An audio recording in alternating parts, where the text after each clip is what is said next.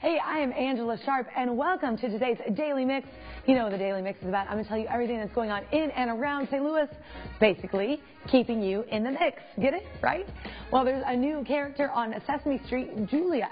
Now, Julia is a cute little girl, and she has autism. It's part of Sesame Street and autism.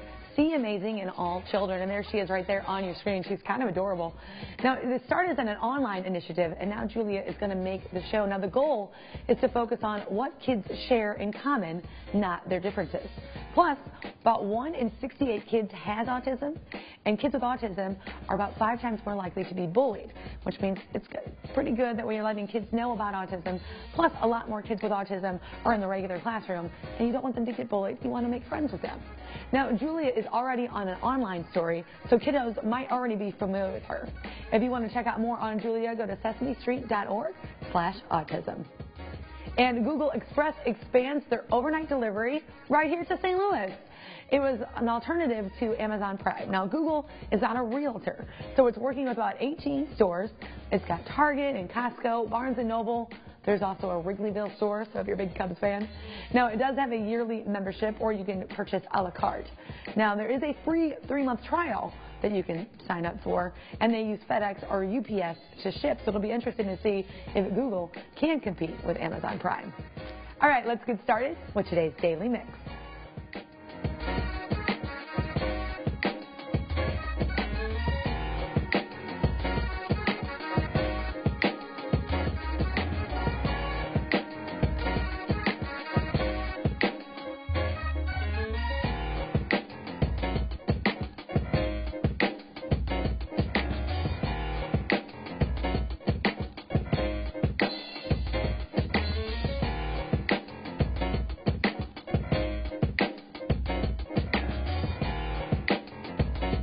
All right, the St. Louis Blues had their Hockey Fights Cancer Night this past Saturday.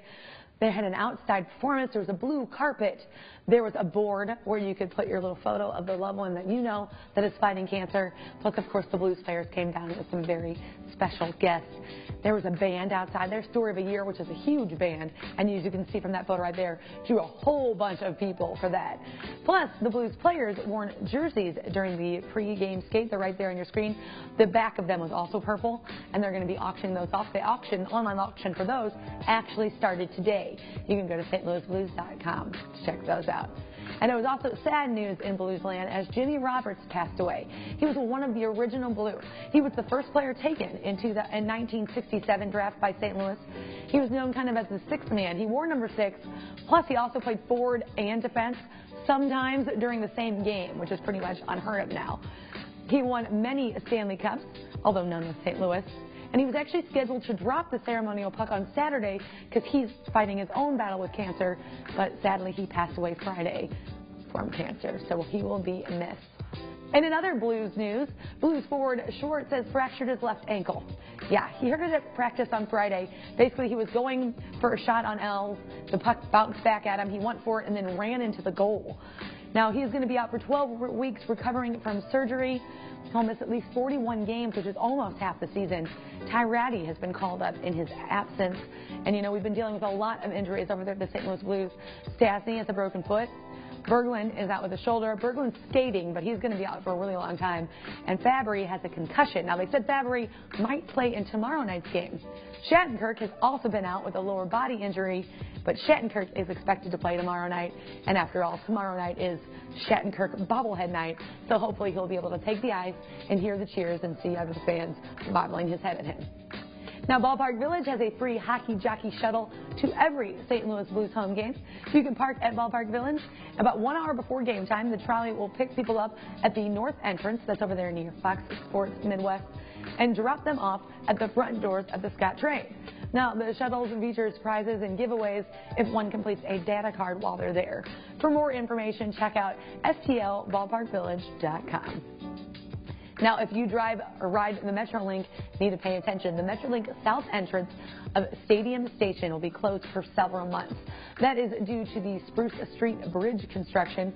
Now, passengers can use the stairs and ramps on the Clark Avenue at the north end of the station. Now, they're hoping that will reopen prior to the Cards home opener April 2016. And Blues officials and St. Louis Sports Commission spent last week showcasing St. Louis to USA Hockey. They're in a bid for the 2018 International Ice Hockey Federation World Junior Championship. Now, this is really cool. If we get this, this would bring in all the talent from the under 20 bracket, plus it brings in over 300,000 people. 300,000 people like this, watch all the different events. Now, they've been impressed so far, and according to USA Hockey, they really kind of like St. Louis. Now, if we win, this would take place at the Scottrade Center, St. Charles Family Arena, and other facilities around St. Louis. Now, Tom Stillman and Kristen Zimmerman have been talking about how the Scottrade Center needs updates. They've been talking about this for a while, and it does need some updates, and hopefully the Blues will be finalizing the plans. What they want to add is a new scoreboard, new locker rooms, and other technologies for the Scottrade Center. Now, we're up against Buffalo and Pittsburgh. Now, the decision is expected before the end of the year, and I think what really won them over is that St. Louis kept showing them the heartland of hockey, basically showing them how kids, they grow up really little, they grow up and they play, and hey, they might even take the ice at the Scottrade Center as a St. Louis Blues player one day. And in comedy news, Jeff Foxworthy and Larry the Cable Guy, they're coming with their We've Been Thinking tour. It's happening at the Peabody Opera House. It's Friday at 7 and 9:30. Now, each will perform new material and then come together for an encore. More information at PeabodyOperaHouse.com. You can catch them on Sirius XM. Both are involved in local charities. Larry's got her Get Her Done Foundation that focuses on children and vets. And veterans can get free legal help on November 10th and 12th before and after Veterans Day. It's hosted by 3rd Judicial Circuit Pro Bono Committee at Madison County Courthouse Law Library in Edwardsville. It recognizes vets for their service, reinforces services available to vets. Now, you can sign up for a 30-minute appointment by calling 618-296-5921. OPER app. Now, this is for Order, Pay, Earn, Redeem.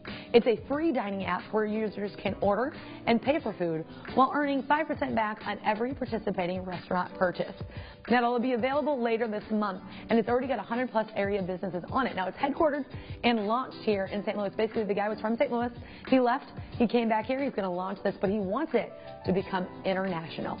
Now, some restaurants that are already signed on, Blueberry Hill, The Fountain on Locust, Steve's Hot Dogs, and Vincent Van Donut. To check out St. Louis Magazine for the complete list of participating restaurants at stlmag.com. And you can search for OPER at your app store and download it. Now, it's free for both the people and the restaurants to use. They're going to make their money based on ads. So basically, if you're searching for Chinese food, a Chinese ad might pop up, and maybe you'll buy from them. Danny Meyer, the St. Louis native, is thinking about eliminating tipping. He's actually eliminating tipping in all his New York restaurants. Now, menu prices will obviously have to increase to account for service.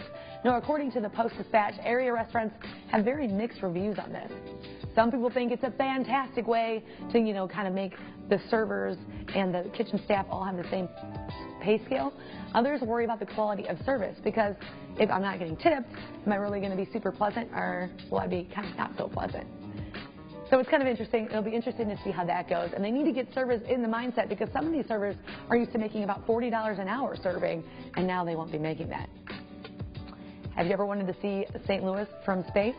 Well, astronaut Scott Kelly posted a photo of St. Louis from outer space. Kelly has been spending a year at the International Space Station, and he posts to his Twitter account. He's been posting photos of NFL cities each week, and there we are right there. There's St. Louis from space. Plaza Motors Signs of Hope. You can sign a vehicle at the BMW showroom. You can write right on it. And Plaza will donate to Siteman Cancer Center. Also, if you purchase a vehicle in October, they will make an additional donation, so you just have a few more days left to take advantage of that. Plus, you can take a picture when you are signing and post with the hashtag Signs of Hope. And then that way it'll increase awareness. PlazaMotors.com/hope.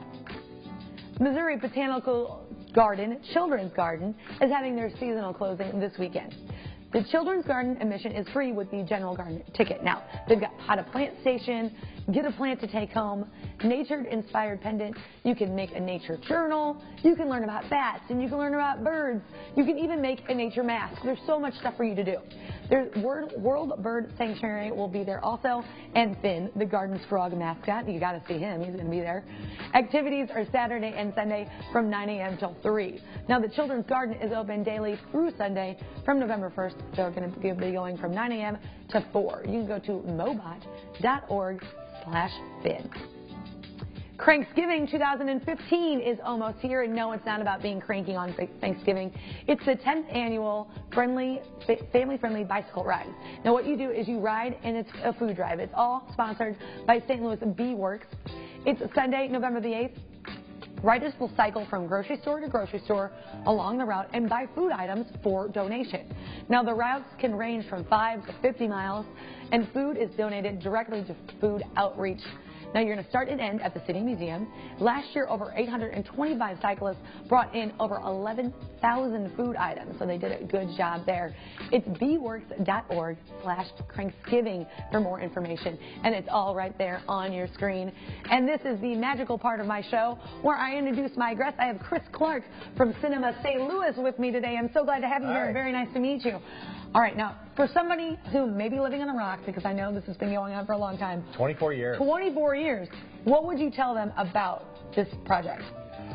If anyone's ever heard of the Sundance Film Festival, we have something just like it here in St. Louis. Right here in St. Louis. Not quite as many movie stars, but we have more films, 11 days, 10 screens, 440-something films from 70 countries. It's crazy when you put that all in perspective like that. It's bigger than Sundance film-wise. Yes, it's impossible for any one person to see everything, so don't be daunted, but there's certainly something for everyone. But you definitely could find a movie that you would want to see. Absolutely. On this list of movies.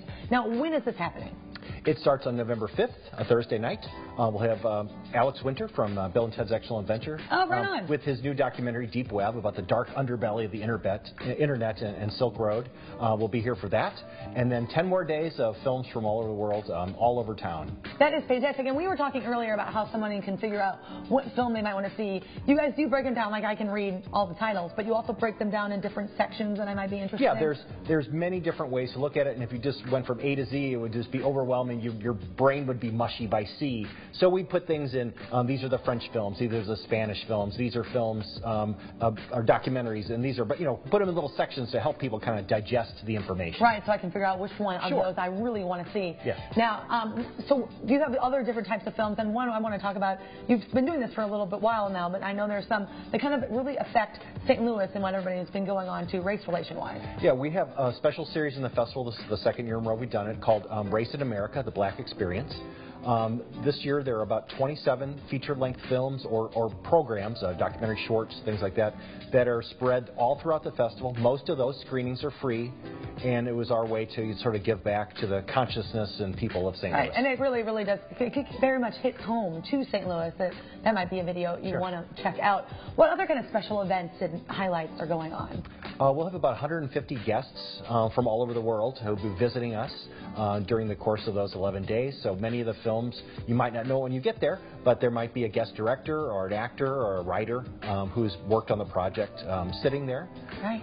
We end the festival with a film called Anomalisa. It's the strangest animated film I think I've ever seen. From director Charlie Kaufman, and the animator is Duke Johnson, who is actually from St. Louis. Oh, very nice. Yes. Very nice. So let's talk about one of your favorite films of all time. Do you have one? It's hard for me to answer that question because there's just so many different things, but I'll say, I guess Star Wars is something I remember greatly from my childhood, and it's coming up.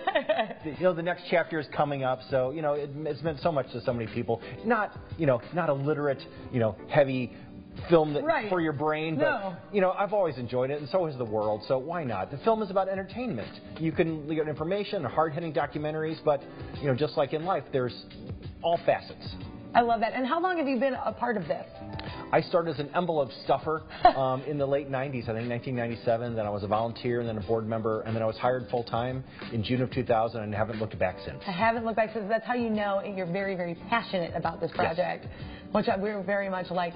So tell everybody one more time where they can find more information, where they can look up these different sections of what kind of movies you've got available. I can do this. The Whitaker 24th Annual St. Louis International Film Festival runs November 5th through 15th at locations all over town. Our website is cinemastlouis.org. Love it. It's right there, all on your screen. There are 33 films for you to check out. The 33 film is pretty important, too, right there. Yes. Right, and then all your locations are right there, also on the screen. So definitely check them out.